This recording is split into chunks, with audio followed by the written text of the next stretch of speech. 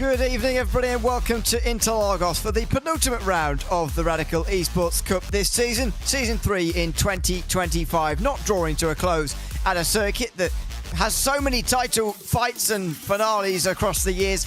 Instead, that comes next week. But here at Interlagos tonight, we'll very much set ourselves up for that. Here with myself, Ian O'Leary, Ron Mounds in commentary. Ramiro Augustin Cisneros behind the cameras tonight again.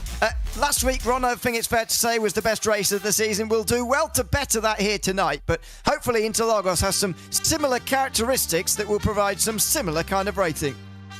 Yeah, no, we kind of talked about this right at the end of that Sebring show 1 week ago, how similar these tracks are in a very odd way. Despite being thousands of miles apart, you've still got that same sort of vibe of a very tight and technical track that can bite you hard if you make a mistake. But you also have those long flat-out blasts, primarily that start-finish straightaway. Coming out of turn number 12, all the way in that run up the line, you're maintaining that flat-out pace in these SR10s. Look at that back straightaway as well to also be a great spot for these racers to play SR10 leapfrog with their competitors. That race at Sebring just 1 week ago was an absolute banger, but expecting another good one here for round 11. And Hockenheim is our finale, so unlike what you normally see in championships, Interlagos is not the championship finale. It is instead Hockenheim, which we're bringing you, of course, same time, same place next week. In the championship standings, well, things have been changing in the last few weeks. I thought James Barry was lying to us when he was saying he wasn't actually really the championship leader, but it turns out he wasn't, and I should believe him more often. Andre Castro's leading by 83 points now after rocketing up the standings in these last few weeks. Christoph Lipp is third behind Barry, with Havok Gullikson not too far behind him. Over 100 points back to Paki Caruso, rounds out the top 5. Sebastian Lipp is 6th. Only a few points ahead of Heinz Braun. George Gonzaga, Solly Rattanen and Rafa Blanco round out the top 10. And I know you've been talking to James a little bit, Ron, and getting a little bit more information about how it really works. It's very complicated in iRacing, I must admit, for these official championships. It does very much make sure, I think, that the best driver wins over the course of the races. It does make it difficult for us to keep up, though, for one evening, since there's tens of races per week. Just tell us a little bit more about what James has been saying to you and how he has, or more pertinently, I suppose, how Andre Castro has been able to rocket up the standings so much in these last few weeks. Yeah, it is certainly a refined point system that iRacing has going on, and as you just said, not really able to get a full picture broadcasting only one race throughout this week. But I had a message from James Barry after last week's broadcast at Sebring, basically letting me know the fact that because of the fact that he's been so consistent throughout the season, actually coming back to bite him in this sense. As we've gone to the end of the season and drop rounds have started to take effect, drivers like Christoph Lipp and Andre Castro, both of which who have 3 wins up to this point here in these 100 GMT broadcasted races, have been able to reel in that gap quite a significant amount. So the fact that James Barry is still up there, rather impressive. He's had a good season up to this point, despite the fact he hasn't gone a win in one of these broadcasted races. But Andre Castro has been on fire as of late with back-to-back wins 2 weeks ago at Fuji and last time at Sebring. And Christoph Lipp, who managed to get 3 straight from week number 6 of the Nürburgring through into Suzuka for week 8. Those two really looking to get a form here. But yeah, it was definitely deceiving over the past couple of weeks. The numbers not really telling us a whole story. I may not be the greatest judge of that in the world because I was dropped on my head quite a lot as an infant. Well, I'll tell you what we should do next season if we're doing a broadcasted top split together is our own point system just for the races we cover, and then that could be cool. Bit of fun for us, but yeah, as far as the overall championship goes, it's a little bit complicated and quite hard to explain, quite hard to work out on the night because, as we've mentioned, it's many races a week that these guys will compete in, and that very much determines the points. But it's fair to say that Andre Castro drove very well last week. I mean, he was, and indeed throughout this season, as you mentioned there, he's going to end this season with at least a quarter of the races won. That's pretty good going for anyone in this top split of our racing competition. So yeah, you can hardly blame that he's at the top of the standings, but the way he's been able to come up in these last few weeks really shows that he's had some really good weeks, whereas as you say, James Barry, maybe more consistent weeks rather than too many wins this time round. Yeah, that's really been the case for James Barry, although it's looking good for him in this qualifying session, as it looks like he's got to start this race from the pole position. But yeah, the second half of this season with Christoph Lipp and Andre Castro dominating, pretty different than the first half. going to be another close race. 4 drivers within a tenth. James Barry, Havik Gullikson, Heinz Braun, George Gonzaga, all on the first 2 rows. Andre Castro, championship leader in the number 1 car, is 5th, ahead of Sebastian Lipp, who's 6th. Denis Kyriakopoulos is then at 7th, ahead of Frankie Sanchez-Buckley. Jared Dunkovic and Rafa Blanco share row 5, with Michele Bonalumi and Myron Inni rounding out the 6th row. Paki Caruso and Mikel Huttala are on row 7, ahead of Tom Lennox-Brown and Samir Kadura, who rounds out the 16 drivers who have competed here. And that might be the closest qualifying session we've seen across all of the drivers. Maybe not between the very top guys, although there's 4 within a tenth. The whole field covered by less than 9/10 of a second. Yeah, we had a pretty packed split for the time slot that we're covering here, so nice to see a lot of people showing up for this round of the championship. It's also a track that has been a fixture of the past couple of season schedules here for the Radical Esports Cup. Nice to see it back here for Season 3 of 2025, playing host to some of the later rounds, and it's good to see the participation remain as we've gotten to the end of the season. Usually when people think, okay, don't really have a hope of a championship or really doing too well when it comes to the official series points, usually start to see that participation drop down a little bit. But here, this community is very tight-knit. A lot of these racers that we see on track have been fixtures throughout this entire season, and they've been fixtures throughout the entire time that I've gotten the opportunity to cover Radicals here on iRacing, which stretches all the way back to Season 1 of 2023. So really nice to see a tight-knit community that makes sure these races and these splits are packed from the start of the season all the way through to the end. Absolutely. It's been a fun season to cover, and we're only a couple of races away now from it getting to the end of it. The lights will come on here in a moment, and we'll be underway from Interlagos. Another Radical Esports Cup race here on iRacing, ready to go. And we are underway with that green flag. A really steeply uphill starting line, of course, here at Interlagos. And James Barry just about gets away well enough to stay ahead of Gullikson. Side by side for Gullikson through the centre S for the first time. And he actually loses out in the end. So James Barry leads, although he was blinking there just for a moment. Let's hope that he's not disappeared completely. He is still in the game. As he now, defends on the way down the straight. Look at that. Immediately from Heinz Braun, who's into second place and now looking for first. On the outside line, James Barry defends and he keeps the lead through the first sector. Yeah, and it's getting really hair-raising as they head their way off into turn number 6 in a couple of moments' time. Look at that, swapping sides as Heinz Braun trying to find any way in the book to get past James Barry. Some drivers running wide a little bit farther in the back. I believe Tom Leno-Brown has run into some difficulties in the number 12 machine as Denis Kyriakopoulos and Franco Sanchez start to battle for 7th. Oh, as that's a spin there. Bonalumi. Oh, and another spin. Oh, Kyriakopoulos has gone in front of the... Oh, no, there's carnage back there. Carnage. Kadura's involved. Samir Kadura made a very good start initially. He was up nearly inside the top 10 after starting last, but I'm afraid he's off the road now, as is Michele Bonalumi and Denis Kyriakopoulos as well. Blanco went wide through turn 4 or 5, and so he's a bit further down with Mikel Huttala as well, who might have been involved in all that. The top 10 are all in a slipstream train together, but behind that it gets a bit more difficult. Here comes Heinz Braun immediately to the inside. James Barry knows what kind of fight he's in, and he lets Heinz Braun down his inside. Yeah, this is one of those races where you really have to play the give and take game. You let those racers battle. You let them try and get a spot a couple of times, because a game of leapfrog is going to be strong all throughout this race. As we take a look at some of the drama that went on heading off into turn number 8, that was a moment for the number 14 of Michele Bologna, as there was some more drama going on. Samir Kadura's had to tow back to pit lanes. Here comes a move, maybe from James Barry. Doesn't get that lead back from Heinz Braun. That's the 1-2 punch to start off this lap. You got the start-finish straightaway, which is such a good slipstreaming opportunity. Then you've got that back straightaway, which is another good spot to try and get a move done. But these racers even throwing haymakers at each other all through the mid-sector. Yeah, they absolutely are. And it's this top 6 especially who are breaking away from the rest of the field. You can see Buckley and Caruso and Dunkovic taking each other rather out of this group. You'd say further down the group you want to stay with these guys just for the moment, but clearly not. I do wonder whether this is going to be a little bit more slipstream fest than what we saw at Sebring, actually, but that's only an early call. Kyriakopoulos actually spun on his own there and then hit Kadura, and a few more pile into it as well. There'll be a bit of damage down the back of the field after all of that. And one thing that we have forgot to mention up to this point in the broadcast here, Yoon, as I may hold off on that point, is here comes Andre Castro with a mighty run heading up the hill onto the start-finish straightaway and across the line. The driver who's won the past 2 races looking to go for 3 straight like a championship rival of Christoph Lipp did a little bit earlier on this season. He remains in P3 for now, keyword being for now, but the tire temperatures, such a huge thing, especially in the early stages of this race. These cars take about 2.5 laps to really get into a good swing of things.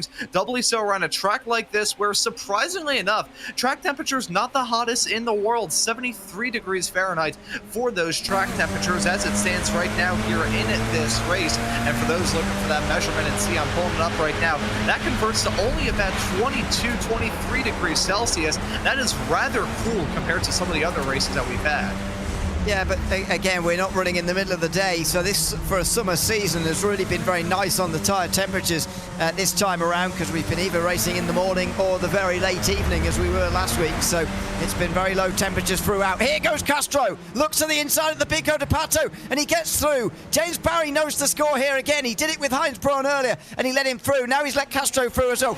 Barry's just got to be slightly wary that this doesn't become a theme, and he doesn't let too many more through. In fact, he's going to strike back straight away inside at the final corner, and now they've got a problem as Heinz Braun skips off up the road nearly 8/10 of a second, and the queue behind gets impatient. Here comes Gullikson. He looks to the outside, he can't go there. Gonzaga's going to be very close here as well, although he just backs away, doesn't really want any part of this. This is Heinz Braun's dream at the moment, because the battle for second is surely going to allow him to get away, especially if Barry goes around the outside there. No, he doesn't. They're teetering on the edge of throwing this race win away.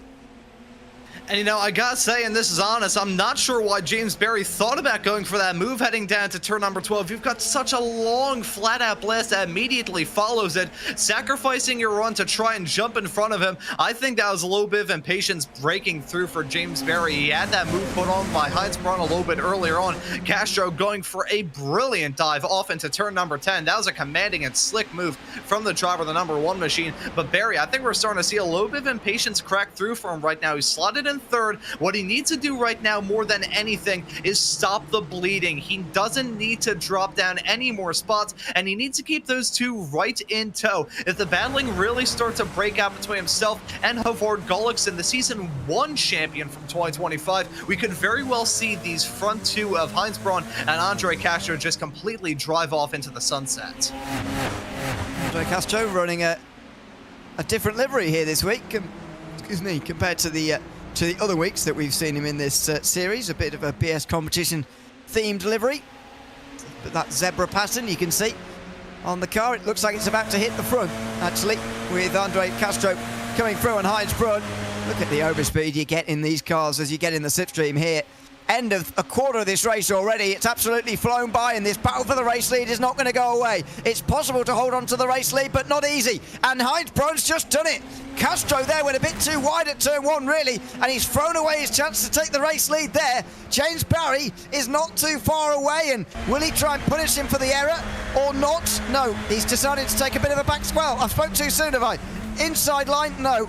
Again, he's just taking a bit of a back seat there after that slightly, I agree with you, slightly rash decision to go down the inside at the final corner earlier.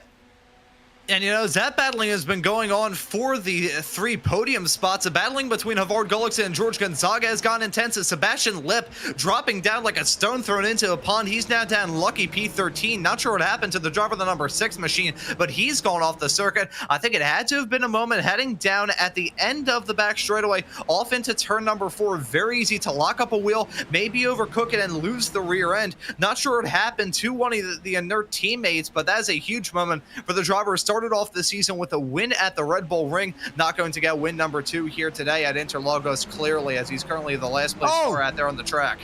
Dear me, Heinz Braun has just missed the apex of turn 12, and that's a fatal error. Andre Castro goes straight through here, and he might well get Freight Train Braun if Barry really wants to punish him here. And Gullikson's not far away. Gullikson looks down the inside of Barry there, but just got his nose cut off here, and he's looking on the outside again now. Oh, it could be 3 wide, 4 wide maybe. Oh, Barry's boxed in. That's not where he wants to be at all. Andre Castro defends his inside line. Heinz Braun's going to get away with second, and James Barry loses out again. He's been maybe overly nice to these guys now. Around him, I understand the point of him wanting to stay out of trouble and not battle too much at this early stage of the race, especially nicely, but maybe he's just let a few too many go now because he's in 4th place.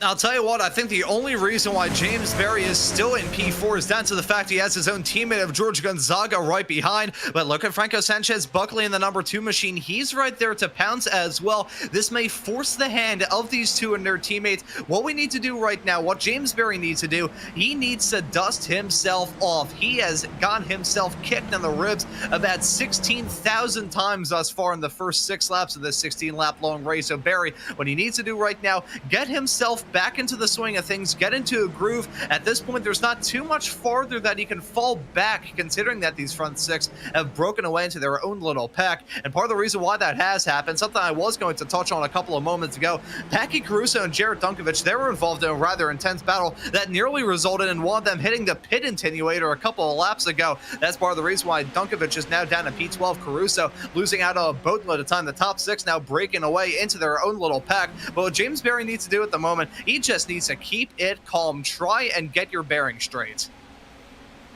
Dunkovich going for a spin. I didn't know he dropped down. I wasn't expecting that.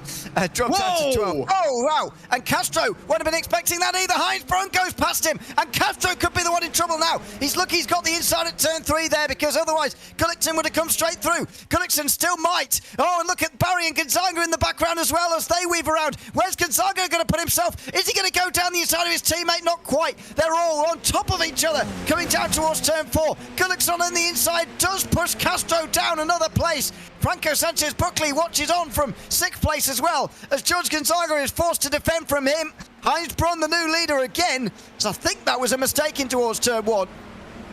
Yeah, that it absolutely was. I just saw in the corner of my eye that Andre Castro had a huge sideways snap. I'm not sure whether it would be a code Brown because he nearly crashed, or code Braun because Heinz was able to get a move done on him. But with that terrible punt notwithstanding, you can see once again that in this race, how close the field is packed in up at the front. It is cutthroat at the moment. If you're leading this race and make a small little mistake, it's happened to just about everybody. It's happened to Barry. He's learned that already in this race. Just happened to Andre Castro. Of Art Gullickson, if he can remain patient in this race, he may come out of it smelling like a rose. If you make one mistake in this pack, you're done. You're going to get chewed up and spat out. Well, absolutely. This is a lively group, that's for sure. And it's a battle for the race win that's not going to go away. Castro, look at that, 3 wide. Oh, my word. Gullickson looked like he was going to take the lead for the first time, but Castro's on his inside here. And surely he's got the run out of turn 2. Oh, he certainly will do as Gullickson goes wide. They've just got either side of Heinz Braun there, and they've taken his lead, and he's down to 3rd. But Castro's going to retake the lead all over again. No sooner has he made a mistake as he won that lead back again here. As in the background, Barry wants to make up some places again. Braun does too. They're all a bit wide through turn 4. Oh, that's side-to-side contact. That was definite contact. It's been clean up to this point, and hopefully it remains so as well. But Braun gets through on Gullickson into 2nd. This is extraordinary stuff. These 6 guys are all fighting, and they all believe they can take this win here tonight as well. And I gotta say, this is an impeccable drive from your P2 runner, the number 5 car being driven by Heinz Braun. He's put together a tremendous race up to that point. I say that knowing fully well I've probably just lobbed a commentator's jinx his way. He's running in P2. He's putting on a pretty good race. And frankly, if he could just keep it clean, he may come out of this race smelling good as well. I just said that in reference to Gullickson a couple of moments ago. Look at that graphic. That shows the sort of situation that we're in right now. We have a 6-car battle for first. Everybody has had their own difficulties up to this point, including your race leader of Andre Castro. As we're now about halfway through this race, I can't say who's going to lead on that final lap. Frankly, I think everybody in that top 6 has a good shot to get done. I don't think that graphic's ever been so big before. Battle for first, six guys all fighting it out.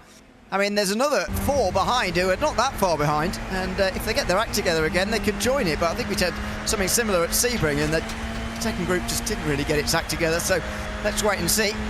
We might get a lap of respite here. Oh, no, James Barry heard me, and he goes down the inside at turn 4. That was late, but actually worked very well. He stopped it right on the apex, dead on the apex there, and just killed the battle there, and he's ahead of Gullickson, who's not going to go away quietly just yet, but now he will have to. James Barry up to 3rd place. Now is the time for him to start making these moves back up again that he lost in that first half of the race. Yeah, and that is a battle with a lot more importance than just a squabble out there on the racetrack. James Berry looking to try and get the best result that he can here in this championship. It was Berry and Gullickson that were back-to-back champions at the end of 2024 and the start of 2025. Berry was able to get his 4th championship here in the Esports Cup at the end of that season, of season 4, and then right after that, Gullickson able to kick off 2025 with a championship win. Those two have some history. The Inert team and the IGL Coatings team also rather big rivals when it comes to the radical world. Of course, it's all for fun. All these racers like to have a good time, but again, we're here on the broadcast. We got to pipe up the rivalries, and it's always those two teams battling, whether it be here in these official 2100 GMT broadcasted races here on RaceSpot TV and the iRacing Esports Network, or whether it be in the Radical European Championship that you can catch occasionally on Sundays here on RaceSpot TV. It is always those teams that are involved in the battle season after season, doesn't matter where it is. No battle this time into 4. They will stay single file, excuse me, on lap number 10. And this is it's just going to be a bit of a waiting period. I wonder whether for the first half of the race they were all sort of sizing each other up, and well, maybe I'm over-egging this just because we've seen it for one lap, but I just wonder whether some of these guys have started to become pleased with where they are in the field heading into the final few laps. And you know, Castro's happy to lead, defend from the front. Heinz Brun will be happy to try and take the lead in the last laps from second. James Barry the same, because he's in a better place than he was a lap or two ago. So maybe I'm overplaying that one lap, but maybe there will just be a few moments of calm here before they all start to get into the end of the race. Only 6 laps to go, don't forget, at the end of this one. Yeah, and you know, as much as it's like, oh, we only have 6 laps left to go, think of how dramatic the first 6 laps of this race were, and realize that all of these drivers are still packed in like sardines. Andre Castro looking to try and shake off any sort of challenge from the cars behind. It's been a storming drive for him up to this point. You can see 4 spots gained since the drop of the green flag. Not the hard charger of this field, though, as Packy Caruso really cutting shapes there a little bit farther in the back of the pack. Well done to a lot of these racers, carving their way, scything their way through the field even. Been an absolutely fantastic race here for week 11 of the Radical Esports Cup at Interlagos. And look at that, the mad weaving game going on between Andre Castro and Heinz Brun. Hey, if you ever needed proof that the draft in these SR10s is strong, look at that right there.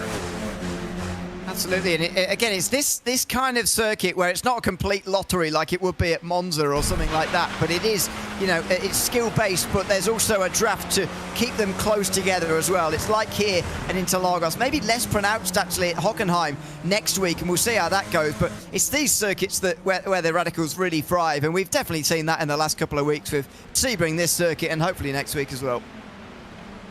And you know, as someone who's been around in these Radical Esports Cup, I think this is my 11th season doing at least one broadcast of this series. I can let you know that we have run on a wide variety of racetracks over the years, but as you said, Ewan, this is the sort of racetrack that is just such a hoot for the drivers. The drivers love it. We as broadcasters certainly love it, as it puts on some thrilling racing action. Tracks like here, tracks like Sebring, they just put on so much fun. It's not so much of a draft fest that it feels like a NASCAR plate race, but it's still a lot of fun with some strategy thrown into the mix as well. But here we go, Heinz Brun and James Berry squabbling up, heading up the hill, down into turn number 1. They're gonna go. Look at James Berry trying to sweep around the outside, gonna hold on to the inside through 2, but that is real tense stuff. Look at Heinz Brun having to squeeze his way in between that car of Berry and the grass on the outside, and now he's gotta be chopped meat heading onto the back straightaway. Look at Havard Gullickson. He's now got a challenge with George Gonzaga. Those two got squabble up down to 4. Looks like Gullickson and Gonzaga will remain in their spots, at least for now. Gullickson putting on a mighty defensive drive, and Gonzaga not really able to break any farther up than P5. As we take a look at a moment involving Rafa Blanco, the reigning champion in this season, really hasn't had any luck at all. Contact being made with himself and the 7 machine of Packy Caruso. I'll tell you one, this is honest in reference to Rafa Blanco and the way that season 3 has gone for him up to this point. Reminds me of the story that came out of West Philadelphia a couple of weeks ago about the filled-in snake pit at the Philadelphia Zoo. He has really not had a pit to hiss in. Have you had snakes escaping? Is that It was a construction mistake done wrong. They filled in the snake pit, and then they didn't have a pit to hiss in. Oh, I see. Oh, right. I think I did hear about that. Anyway, the second gap has been created by Castro, and partly created by Braun and Barry. They've got to get this together here, and they're fighting now. Now, this is not good news for the two of them. If they want to win this race, they've got to work together. Oh, and they're not doing it. Oh, my word, there's contact there. Barry might have even clipped the pit wall as well. As he comes to the inside, he knows from last lap that the inside at turn one's the place to be. And he's going to get it this time, is he? But he's still not got it done by turn 3. This is turning into the battle for second, because Andre Castro has been handed the race win on a plate here by Braun and Barry, fighting and scrapping for second when they could have kept their powder dry for the race win here tonight, but they haven't. Inside for Barry, he will get second place, but it's at the big cost of preventing any opportunity of winning this race here tonight. Yeah, pretty much in all of that battling, it's allowed Andre Castro to just drive off into the sunset. This pack of cars have really lost the draft of that one car. And let's take a look at this moment. You can see James Barry going for that move. Braun, I didn't really think that was too much of a block there. I think he mainly just held his line, at least from that camera view. But that had to have been wall contact there for Barry. And if he has any sort of aero damage, that could be a huge detriment to him. You can see the side-to-side contact going on yet again as they head their way out of the Senna S down to turn number 3 they went, and these racers have been battling oh so hard throughout this race, and they haven't really had any consequences up to this point. I think we said this a couple of weeks ago at Suzuka. We certainly said last time at Sebring. These racers have been involved in so many intense battles all throughout this season, and they haven't really had anything major go on. We've had a couple of squabbles every now and then, but there hasn't been just the field blowing apart. I feel like something's got to break here soon, because these racers can't afford to throw these haymakers at each other for so long and not walk away from this race with a somewhat sore hand. Franco Sanchez-Buckley has got up to 5th place on this last lap, so he's ahead of George Gonzaga now. You can see that they're getting a bit more organised this lap, but I can't understand why they would fight like that for second place to us. When you know that Andre Castro is out front there and you can stay within his draft with their pace quite easily, why they didn't try to work together to keep him with them, battling for the race lead, I'm not sure. I honestly think what may have happened there was just a classic case of the red mist. I feel like all of these races, actually, I say all. I think the one, is that Heinz Braun running mega deep down into turn number 8. He's going to lose out on 3rd to Havard Gullikson, so that's a move for P3. Braun, as much as I was complimenting him a little bit earlier on, he's now starting to get swamped at the present moment. But to touch on the point I was going to say, I think the only racer in this pack who hasn't seen the red mist somewhat is Franco Sanchez-Buckley, slotted in P5. Even George Gonzaga, to a certain extent, has really started to cut some shapes in this race. Outside of him, though, everybody in the top 6 has been seeing red, which is great from our perspective in the commentary booth. I would not envy having these drivers' blood pressure, though. In towards turn 1 again, you can see that Braun is under pressure after that mistake. That might prove to be very costly. Up into turn 8, he's on the inside of Franco Sanchez-Buckley. Oh, off! They're both off there. Just as they went on a camera shot, it looked like they were on a crash course, and they were, it turned out. Heinz Braun's off, and he's down to 6th. Wow, he was leading this race at one stage. Don't forget, he made an electric start and has been leading at points this afternoon, but his chances of winning and maybe even finishing in the top 5 might now be gone after that incident with Franco Sanchez-Buckley. Yeah, that was really going to kill off any sort of attempt they had of trying to make it up in other spots, certainly for Heinz Braun. And really in all of this, I said that something was going to break here. Hasn't really broken at all. It's just been small little moments that have snapped this field apart. And there you can see Braun going for that move off into turn number 1. I think we mentioned it right towards the start of this race, but it goes with Sang towards the end of this race as well. That braking zone down to turn number 1 in these SR10s is not a very fun experience for these racers. The brakes in these cars, I always like to call that 5% window of hope between pulling up perfectly in time and able to hit that apex majestically, or going way too deep into the turn, or locking up at least one wheel, maybe even all 4, and going into the turn in a cloud of smoke and steam. There is such a fine margin when it comes to the brakes in these SR10s that turn 1 is probably one of the more challenging turns around the entirety of this racetrack. Well, it's the final lap here at Interlagos, and Andre Castro is leading this one by a couple of seconds. In fact, the gaps that have been created in this front 6 have actually meant that most of these guys are running, I think this is from the last lap, by the way, most of these guys are running pretty much on their own. Castro, Barry, Gullickson, for example. Gonzaga and Buckley are the only ones who are anywhere near each other. And there they are, into turn 4. Oh, Buckley thought about it, then backed out, then thought about it again. He looks down the inside. He can't pass for 4th just yet. Keyword being yet. I have a feeling that we're going to see a move. Look at that. He nearly thought about the inside line as they head their way into turn number 6 and 7. This uphill, never-ending right-handed sweeper going to give these racers a perfect opportunity to go side by side. Franco Sanchez still trying to wheel it. He thinks about it down the inside into turn number 9. There's some gutsy stuff from both of these racers. So close to making contact on the exit of the turn. Here comes a dive, though, from Sanchez. That may work. That will not work, though. I thought it was gutsy. It definitely was gutsy. Not gonna work out though, but Franco Sanchez giving it the old college try. He really tried there, and maybe if he'd have used his head a bit more, he could have passed him on the way to the line, but maybe not also. He was taking a gamble. But either way, Andre Castro is going to come through and take another victory here. Another victory for him at Interlagos this time round. The championship leader in the Radical Esports Cup. And he's a race winner again as well. Just over 2 seconds ahead of James Barry, who beats Howard Gullickson to the line. Saw a close booker he got there to George Gonzaga, showing that he might have been able to get him if he'd have waited for that final run to the line. But what a race that we just had here at Interlagos. For the second week in a row, I'm left with just trying to catch my breath after one of these races. I can't even imagine how the drivers are feeling after that. That was gutsy. That was nerve-wracking from our perspective here in the broadcast booth. Would love to have a chat with some of these racers to see what their perspective was in it all. Certainly these two rather intense in that run up to the line. I think that may have been one of the closest finishes that we have had all season long, as that's Heinz Braun, I think, trying to burn it down. That could have been a race win for me. Walks away with P6, but not a lot to really hang your head low on when it comes to Braun. He put together a pretty good race. It's just the end stages really ended up hurting it. But what a race that we just had here at Interlagos. We called our shot right at the start of the show, and it certainly paid off. Interlagos giving us a banger. Absolutely. It's 2.1 seconds in the end, the winning margin for Castro ahead of Barry. Story of the season, really. Certainly these last few weeks. Havoc Gullickson rounds out the podium. Hopefully we'll chat to them in a sec. George Gonzaga, Franco Sanchez, Buckley round out the top 5. Heinz Braun led for some of that race, but ends up 6th. Headed Paki Caruso, Mikko Hussler, who just gained places through other people's demise, Marin Iani, and Tom Lennox-Brown, who rounds out the top 10. Rafa Blanco was outside of that again here. Starts the day 10th in the standings, but finishes 11th. Jared Dunkovic, 12th, ahead of Michele Bonalumi.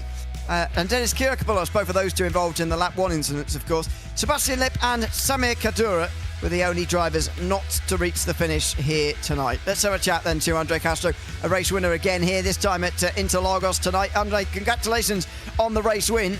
Were you surprised that the guys behind you fought so hard for second place, allowing you to get such a gap to the line? Thanks, Ewan. I mean, partially, but also, we know with Braun, he's always 10/10. You can't. There's no real strategy going on there. So I knew that if I could get ahead of him, then he might defend second pretty hard, and I could break away, and that's exactly what happened. So yeah, then James was kind of too far to get my toe. So yeah, it was a good run from Heinz. I mean, we had a good battle up there. I just don't think he had the pace, and then he battled, I guess, held those guys back a little bit, and I was able to get away. So yeah, definitely not an ideal qualifying run, but good finish there. We've been made to look like fools in the commentary box about the championship standings all season long, but you're now at the top of them. Tell us about the work that goes in sort of in the week when we're not doing this broadcasted top split on a Friday night to leading a championship like this and coming through the standings the way that you have this season. Yeah, I think it's just I missed a couple races in the beginning just due to different, I took a trip, and then I was racing for a couple weeks in real life, and I've kind of just been accruing the points since then, and I don't know. I mean, I've been the last 3 weeks sort of. I've won all 3. I started doing the 3 p.m. race, or I guess 2 hours before this time slot, Eastern time in the U.S. And that's definitely been good practice. Just going through the paces, going through the start. I know I struggled with the starts, and then James Barry gave me some tips for that, and definitely got a better start this week. So yeah, no, I don't know. I think it's still gonna be interesting, especially with Christoph next week if he shows up. I think. It's definitely going to be a close fight, so we'll have to wait and see. Certainly will, and of course, hopefully we'll see you next week at the Hockenheim Ring. But for now, Andre, thanks for chatting to us, and congrats on the win tonight. Yeah, thank you all, and see you guys next week. Thanks so much. Andre Castro, the winner tonight from Interlagos, ahead of James Barry, who finishes in second place. James, welcome in. Good to have you with us. Second place in the end. Just tell us about those final few laps, battle with Gullikson as things just started to thin out a bit. It was a very close finish between the two of you. The final laps were very relaxed compared to what was happening earlier. I was just trying to get it across the line, but earlier I was just chatting to Havard about what was happening earlier in the race, and we've got kind of the usual things that happen. You've got Andre making his way to the front with aggressive but clean moves. You've got Heinz Brown getting, involved in incidents, let's say. And, I don't want to say too much about him because, I don't want to judge people. But let's just say what happened was kind of predictable, and it's happened many times before, and the outcome as well. Well done to Andre, who navigated it all better than any of us. And as far as the championship goes, you are trailing Andre now, as we've talked about before in this broadcast and before in these weeks. I don't understand what's going on in the championship. I think that I've made that very clear this season. It's very hard to work out. I mean, what is your sort of thoughts about the final weeks of the season now, or the final week as it is next week, and Andre Castro? Because is that a reachable gap? Is it a gap you've been expecting to have? What's the scenario, especially away from the broadcasted races that we don't get to see throughout the week? For me, it's probably, I think it's about 80 points or so now, so I think it's too much to catch. I think Christoph, if he races next week, could do it. I don't know what he was doing this week, but it would be really great to see him come and challenge Andre for the title, because this was Andre's 8th week, so now he's finished his points without drop week, so that's why he's reached the top now. And Christoph still has one more week in his tally, and he could definitely bridge that gap. So that would be great to see. For me, I think it's out of reach, but it's been a great season, to be honest, and well done to Andre so far, because if he does win the season, it's been a long time coming, because he's been probably the best driver in this car for the last few seasons now. Well, congratulations on finishing second nevertheless, James, tonight, and thanks for chatting to us once again. Yeah, cheers guys, see you later. Thanks very much. James Barry, the second place driver tonight, ahead of Havard Gullikson, who couldn't quite get to that second place. Havard, welcome in. Good to have you with us as well. Not quite second place for you tonight. Tell us about that run to the line with James. Yeah, I tried my best. Earlier in the race, it was too much fighting with Barry and Heinz, and Castro got away. So yeah, it was difficult to do more than this. But I struggled with the tires, with the turn-in. Had no steering, and I think my brake bias was 58 or something on the last lap. And then I just went for it, and almost did it. Not quite, and James just said to us that actually it was quite a calm final few laps compared to the earlier part of the race as well. I mean, do you feel the same when there was 6 of you all fighting effectively for the lead in that first part of the race? Yes. It's very difficult, because you don't want to hit the guys in front, but you don't want to be overtaken by the people behind you. So it's not easy to balance that, but I think it was nothing bad happened in the front, I think. So, yeah, good race. Certainly was overall. Havard, thanks for chatting to us again, and congrats on third tonight. Thank you. Thanks so much. That's Havard Gullikson, third place at Interlagos here tonight. Well, Ron, we're almost done this season. One more week to go at the Hockenheimring. Unfortunately, not the grandstand finish for the race win maybe we were hoping for, but a good group of battlers there, 6 of them in Interlagos. And again, we said it last week, say it this week, next week, it should be a similar round, really. Andre Castro could have lapped the field at the end of that race, and I still think it would have been an absolute banger. But heading off into the Hockenheimring, the unknown zone, as I would like to call it, heading off into that final round of the championship. It's been many, many moons since the Hockenheimring played a host to a race on the Radical Esports Cup schedule. I'm not really sure what to expect heading off into that race. I'm not sure what the drivers expect heading off into the race, but that hairpin in the mid-sector of that lap probably going to be the real point of contention. I'm certainly looking forward to that race to bring to an end what's been an absolutely incredible season here for season 3 of 2025. But hey, we've still got one more race to look forward to, and I have the feeling that's going to be a pretty good one too. It certainly will. So make sure join us again on the iRacing and Raceport TV YouTube channels. It will be a lot of fun, as it always is here in the Radical Esports Cup, 2100 GMT each week. Do not miss it. I've been Yuna Lely alongside Ron Mounds with Ramiro Augustin Cisneros behind the cameras. We'll be back in 1 week's time for Hockenheim in the final race of the season. But until then, it's goodbye for now.